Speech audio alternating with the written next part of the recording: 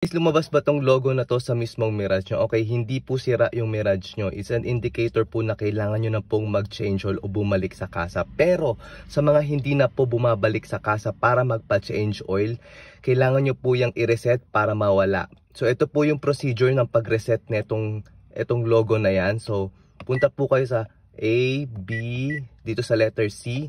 Then hold nyo po na matagal. Then once na nag-blink na yan, i-click nyo lang po ulit yung button na to.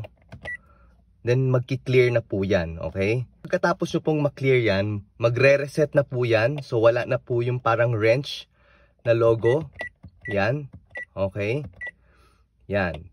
So ngayon start natin para makita natin kung nandyan pa rin ba yung logo na yan, okay?